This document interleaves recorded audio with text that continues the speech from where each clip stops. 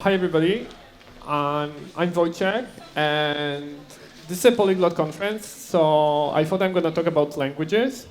So I'm going to start talking about the Piraia people. It's a tribe that lives in the Amazonas district in Brazil, like deep in the Amazon jungle.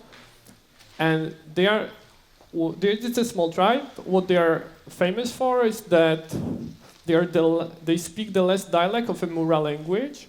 And this is language that was like discovered by the white people basically recently, and it has some really interesting properties. So, for example, they don't have colors at all. Like, they have two words that are connected to it. They have a word that says that something is light, and the other word that says something is dark. But if they want to say that like the river is red, they will say the river looks like blood. If they say you have a blue shirt, they will say your shirt looks like sky. So like the words red, blue, yellow, they don't exist at all. The other thing they do not have is the concept of distant past and distant future. So this rules out the whole concept of history, that you cannot talk about the past times and the wars you had with another tribe because you cannot talk about the past. You can talk that like yesterday you had fish and tomorrow you will have fish as well. But you cannot say like, oh, I remember that 3 years ago we ate a bear, for example. Well, there are no bears there as well. So, but the problem with distant future like rules out religion. You can because well, religion is about like what's gonna happen after death, right? Like, if you don't know if you cannot say what you're gonna do next Wednesday, you cannot say, well, what's gonna happen after death. If you don't if you cannot tell when your grandfather died, you're not gonna talk about what his ghost is doing right now. Also, you don't have a word for a grandfather. You have a word for a parent, which is the same for mother and father. They use the same word, and they have a word for a sibling, but nothing for uncles, aunts, cousins, nothing like that. But the most important for us is that they don't have numbers. They have two words that basically for us they would look like the same word with a different accent. I'm really happy that the tribe is so small and nobody speaks the language. I can try to pronounce it and you will never know that if I got it right or not. But basically there's hoi and hoi. One means, well, there are different theories what it means, right? Because it's not like somebody from the Piraia tribe is gonna come here and explain it to us in English, because they don't really speak English. They speak a bit of Portuguese, but they don't have linguistic studies to explain how their language works, right? So there was this missionary who went there 20 years ago, and what he wanted to do is he wanted to translate Bible into their language so that they know Jesus. That was his idea. And so to translate the Bible, he needs to speak the language. And nobody speaks the language but them, so he has to live with them, learn the language, and then translate the Bible. And once he was living with them, he got interested in the language. He also became an atheist, meanwhile. And he switched from being a missionary to being an anthropologist with linguistic tendencies. And he spent the next 20 years basically learning the language and being the expert on it. So he made this experiment because he wanted to know what this hoi and hoi, what's the difference. And he took a stone, he put one battery on it, and he asked them, he did it with 4 of them. He asked them, okay, how many batteries are here? And the guy says 1. And he puts the second battery and he asks them, how many are here? And the guy says 2, like the other word. And he puts the third one, and he says, okay, now? And the guy says, many 2s. So, there will be, more than 2. Okay. He puts the 4th, and he repeats the stuff, until that. And he did with 4 of them, and everybody did the same way, and he thought, okay, we have the word 1, 2, and, many 2s. Okay. So, but he made the second experiment. He put 10 batteries on the rock, and asked them, okay, how many is it? And of course they say many 2s. But he kept reducing the number of batteries on the rock and all the time asking how many is this. And he heard the word that he thought means 1 when he got to 3 batteries. And then okay, so now 1 means 3, doesn't work. Okay, he talks to the another guy and he reached the word that he thought it means one at 6 batteries. So basically, they don't have a consistent language that means one. So there's like a bit of a problem here. And when he did those experiments with them, they realized, okay, like, they realized that they don't know math and they cannot count. So they thought, okay, like, probably when we were trading with other people, they cheated us, and like, it would be cool to know that if I ask for 5 knives, I will get 5 knives and not 2. So like, okay, we have this white guy here, teach us math. So he spent 8 months trying to teach them every single day, and so on, so on, so on. He was teaching them in Portuguese, of course, because they didn't have the words. And after those 8 months, what happened was none of his students was able to count from 1 to 10 in Portuguese, and none of them could tell him how much is 1 plus 1. 8 months. So, after this long introduction, we're getting to this point. The thing that's really important here, well, to the whole aspect that I'm going to talk about, is so-called linguistic relativity, which is also known by a fancy name of Sapir-Whorf hypothesis, that means the language you use to communicate influences the way you think. So, like here, they don't have numbers in the language, they cannot do math. So, but we're not Indians, right? Actually, this is actual footage from a news from the local TV. So, like, respect Poznań. Like,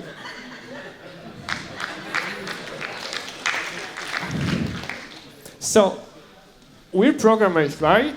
We're smart. We know math. We know languages. Like, we know everything. So, the problem is that I spent most of my career being a Ruby programmer, and those concepts are not something you can really find in Ruby.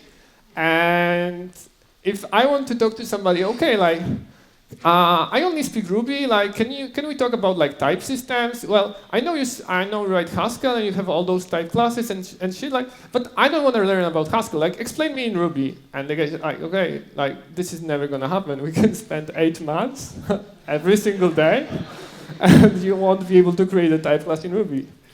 So, as you see, I think that learning new programming languages makes sense. And now we get the point of the talk is how do we do it? So I try to do, like, I realized it fairly on, like instinctively that it's a good idea to learn new languages. And I tried to, like, I bought books, I read them. Sometimes I even did the exercises. Sometimes, like, I thought, like, okay, I have this cool project. I make this web app that does something. But meanwhile, like in the middle way through, I went to holidays and I forget about it. It never hit production. And then when I remembered, I already remembered that I wanted to finish this project. I already forgot everything that I've learned. I had to start from the beginning. Like, it doesn't work for me. So I thought what I'm missing is I don't have the time. But if somebody tells you that they don't have the time, there are 2 options. Either this thing is not their priority, or they don't have the discipline to stick with what they're supposed to be doing, right? I think my problem was both of them. So I needed something to force me, and I decided that the best solution is to use it at work, because discipline is there. It's not like I wake up in the morning and I think, should I go to the office and like work for 8 hours, or maybe lie here and like read books? Like, this is not the question you ask yourself each morning. Like, you have to be there, you have to program, and meanwhile you could be learning stuff. So now it's an important disclaimer, right? So they don't pay us to go there and learn stuff. They pay us to go there and deliver good working software. And I think that this is our obligation. If we want to deliver good working software, we need to be able to write good software. So we have to be able to improve ourselves. And we have to keep 2 goals in mind. One is our personal goal to learn new stuff and be able to be better programmers. And the second, to, in the meanwhile, actually provide value for the company. And if you do it the wrong way, your boss might not agree with whether you're providing value to the company and might just fire you. So we know that change is not easy, right? And you have to be smart about, especially internal change is not easy, but external change, forcing other people to change like however you want, is even worse. So if you try to go to every meeting at work, there's like technical meeting and there's a problem and you just start shouting like, let's write it in Clojure to every single technical problem, like after the second time you won't be taken seriously. Like even if it would be a valid solution, like they are past caring about what you have to say about any of the problems they have. So what you have to do is to sit there quietly and wait for the right moment to shout, let's write it in Clojure. So you have to pick your battles. You have to wait for the proper problem to arise that you already have the solution in your head. And benchmarking is important because like we all know there are like lies, demlies, and benchmarks. And the benchmarking on your laptop is not like benchmarking on your production and so on and so on and so on. But benchmarking, providing a benchmark means you care. You took that time and you made the effort to actually write some benchmarking code or maybe write an alternative implementation to show them that, okay, it's not like I just shouted, let's write it in Clojure. I took the time and I prepared it and here's the data. And if you want to argue, you have to go and do it yourself and do your own benchmarks and then we can argue. Like it raises the bar of the discussion, which is kind of cool. Also, the managers, they speak benchmarks and they don't speak like words like monads, distributed systems, or immutability, right? So if you start making changes, you should start making small changes because one thing, you can deliver some results fast. That it's not like you sit in your dark corner in the office and type for 2 months and in the end you said, it wasn't such a good idea after all. It's much better if you can get to this conclusion after a week. And also important that once you decide, okay, I did an experiment, I wrote it in Clojure, and well, it was cool, then it's all good. But if it's bad, you have to delete the code and just forget about it for the time. And throwing away code that you wrote in a week is much easier than throwing away code that you spent a month writing. And keeping something in production just if it like barely works, just because you spend a month on it, is probably gonna make you the most hated person in the company. So you could concentrate on internal stuff. If you have something that the users only see and they don't like it, they just go away quietly and they never come back and you never know what was wrong.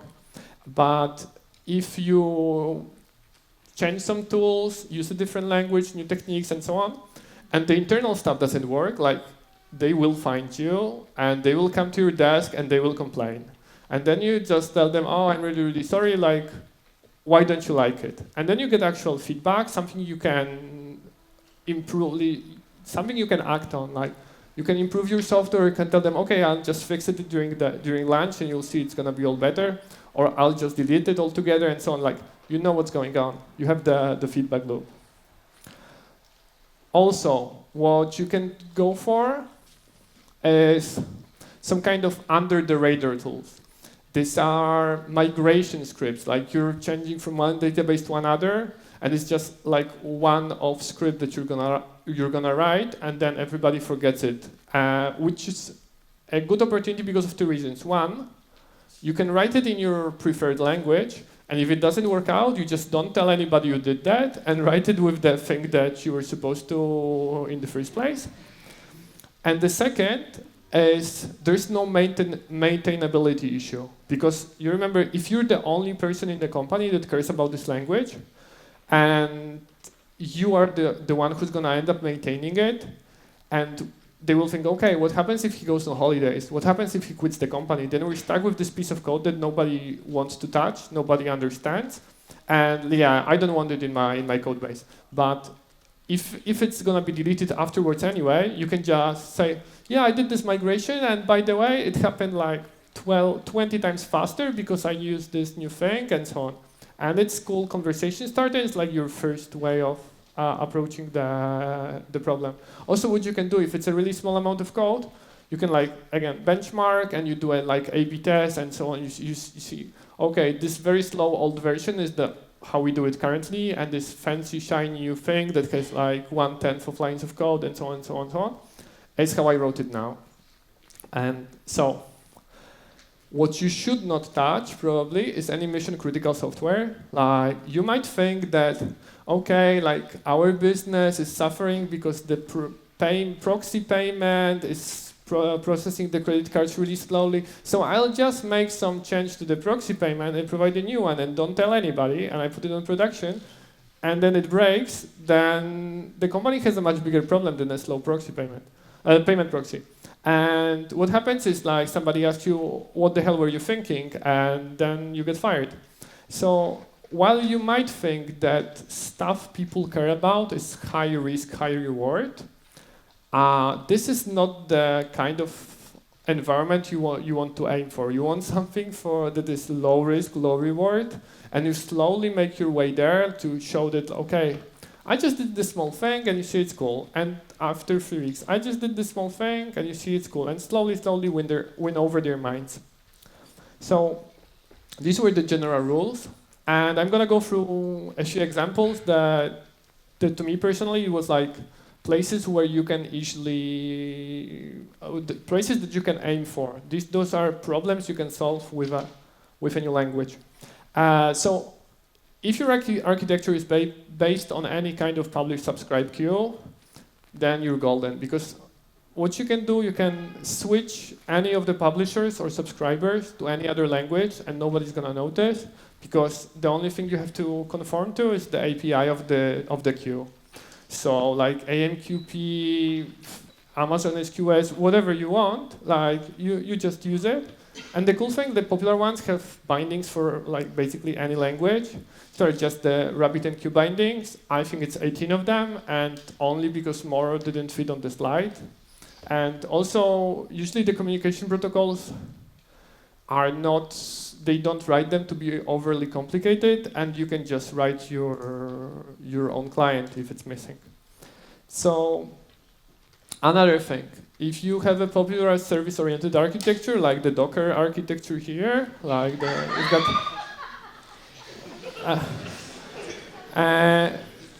so it's the same idea that you have pieces of software that are like just bundled together with some loose API, like HTTP JSON or whatever, or protocol buffers, whatever you want. But you have clean lines how they interact, and you can again exchange any one of them to what you want, and you just keep the API the same, and again nobody notices. You get your stuff done, and then afterwards you tell them, you see how faster it is because like I changed it to Haskell and it's cool. One important note about this kind of architecture is, one thing is interactions between the software that like, okay, like I just change the service and I keep the APIs, but your solution has to be made deployable with the current tools and monitorable with the current tools. That nobody's gonna change their deployment scripts or monitoring tools just because you wanted to try something new. Like you have to play along with the maintenance guys. Operations guys. So I mentioned before I come from the Ruby background, and I spend a lot of time in like Ruby on Rails jobs, and it's kind of difficult to convince. Like it's like one trick pony basically. You keep on using one tool, and it's difficult to convince somebody to leave the environment that he knows and loves and so on. But fortunately, like if you go with Elixir and use the Phoenix framework, or go with Haskell and use the Yesod framework, you get, these are, I don't know, like Elixir on Rails, or like Haskell on Rails, that you have this familiar environment that you know what's going on there, and you just switch the language. So it's easy to convince your team. So like you could go on like this, that you say, okay, let's write everything in Elixir and Phoenix now. And they say, like, why? And you say, okay, like, performance, like, it's compiled language, Erlang VM, all this stuff. And they say, like, yeah, like, if we cared about the performance in the first place, we wouldn't be writing it in Ruby on Rails. So, like, keep on coming. And you say, okay, scalability, and the concurrency, and the actor model, and Erlang, and all this stuff. And he says, yeah, but like I'm not really convinced. And then you tell them, okay, So you keep on using all your old tools, like, well, you remember when the controllers were, now they're in the same place, and the models, they're also the same. You remember you had rag for some stuff, now you have plug, it's like 4 letters and 4 letters, so it like translates one to one, like it's all the same. And then you can try to make them use it. Like for actual conversation about Phoenix, it's a cool thing that we're here, Polyglot Programming Conference. I had this idea, well, Elixir was in my example before I saw the agenda. And then like I see, okay, there's Jose talking about Phoenix tomorrow or today because of the changes. But well, this is something that you actually want to take notes for your conversation afterwards.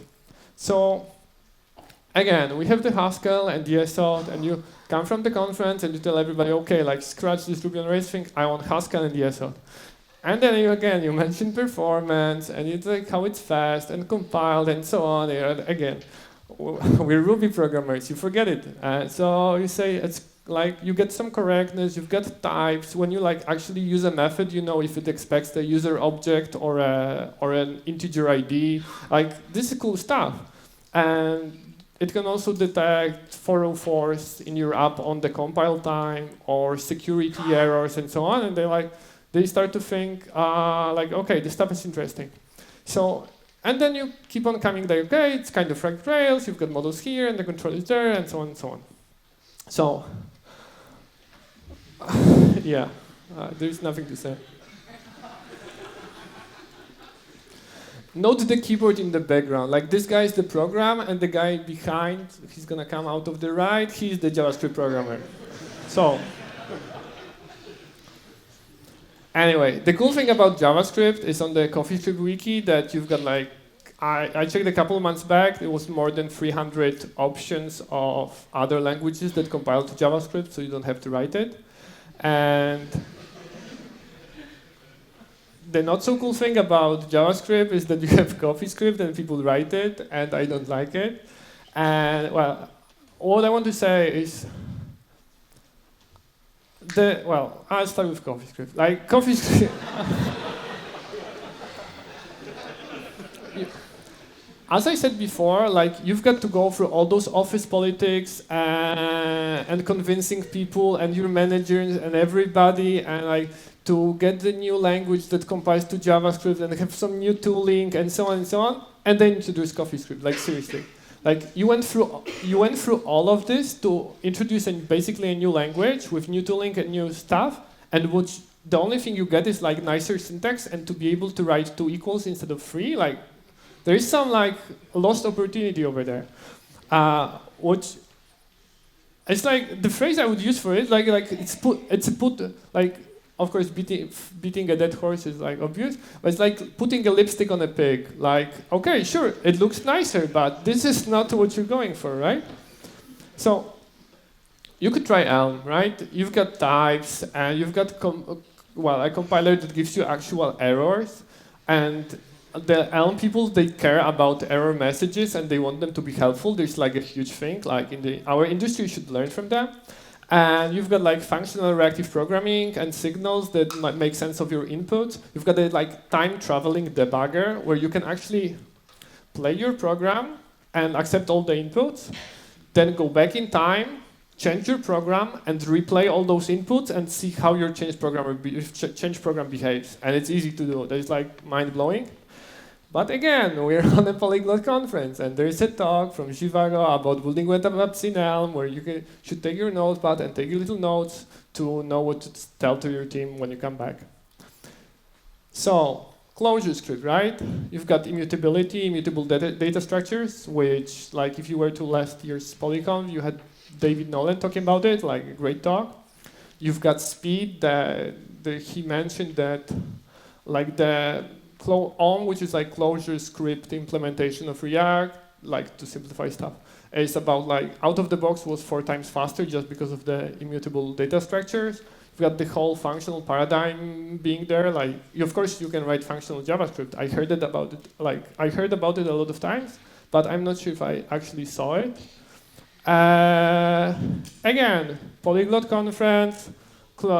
Alex is going to give a talk where I hope he's going to talk a bit as well about Clojure script. I'm not sure how much it's going to be, how much time is going to be dedicated to it, but take your notepad, take your notes, learn what you should do.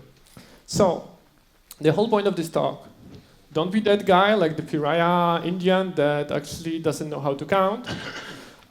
You should be that guy, which is the Dan Everett, that is missionary turned atheist, that actually goes to people who speak different languages, learns from them, and changes his life. Like, okay, so that's it.